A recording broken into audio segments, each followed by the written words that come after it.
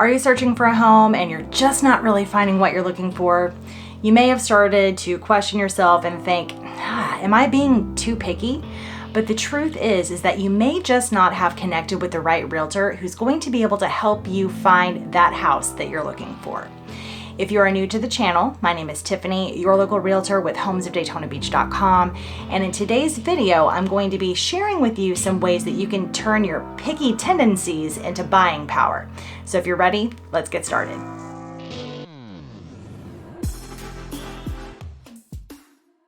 Being a picky buyer isn't necessarily a bad thing. Buying a home is going to be one of the largest, if not the largest, purchase that you ever make in your lifetime. So you should absolutely try to get everything that you want. But in order to do that, you're going to have clear and open communication between yourself and your realtor. Time and time again, the biggest complaint that I get from a buyer is that their realtor wasn't listening to them, or my realtor is showing me houses that I don't like. And that's why communication with your realtor is super important. Before you even begin going out and looking at homes in person, you need to have a conversation with your realtor where you're going to share with them all of your must-haves and your deal breakers.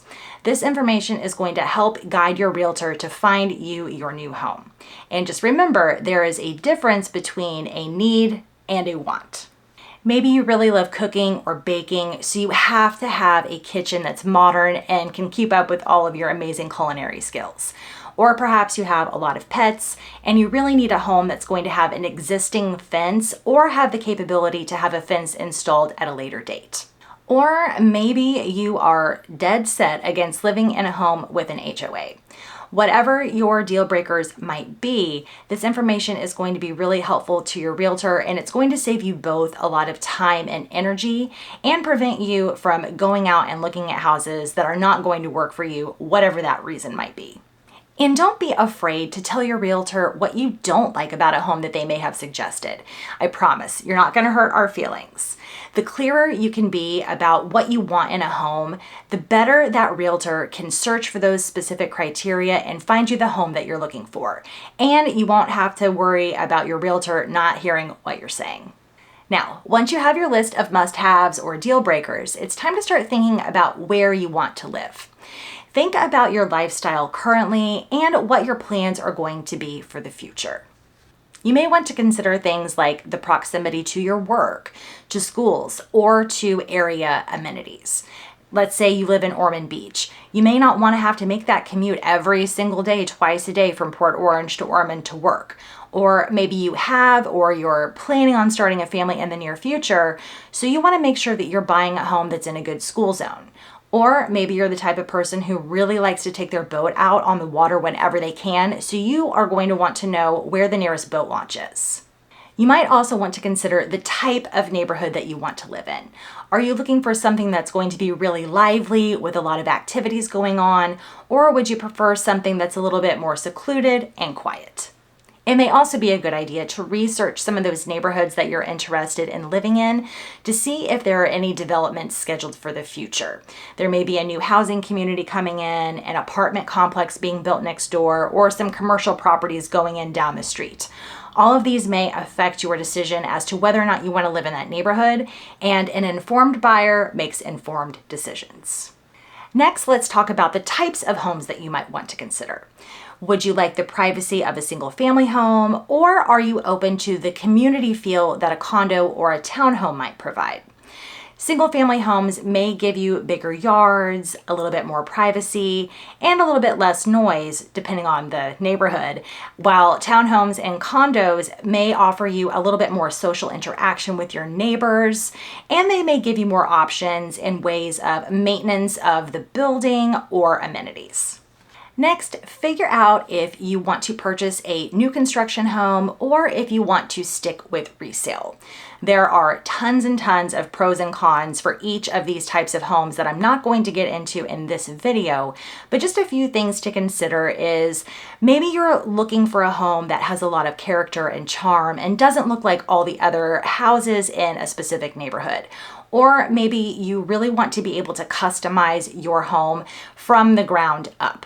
Just keep in mind, though, that new construction builds can take several months to get from start to finish, usually about 6 to 9 months. So if you are shopping and you have a timeline in which you need to adhere to get moved in, then you may want to stick with a resale.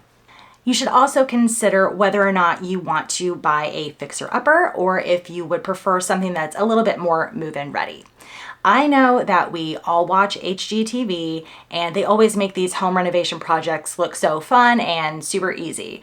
But believe me, it's definitely not all sunshine and rainbows with home renovations.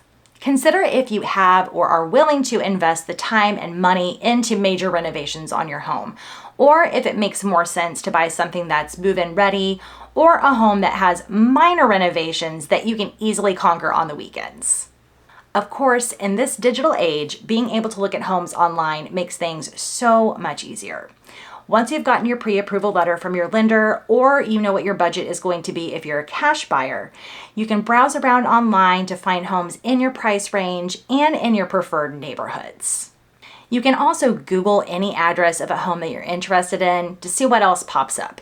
You might find some really great information like video walkthrough tours of a property that you're interested in, or a video drive-through tour of a specific neighborhood where you can learn all of that juicy information. This could help you decide whether or not you even want to go and see this house in person. You might also be able to find other information like reviews on the neighborhood or information from other buyers or current residents of that neighborhood. If you do see a house that you like while you're browsing online, make sure to send that address to your realtor.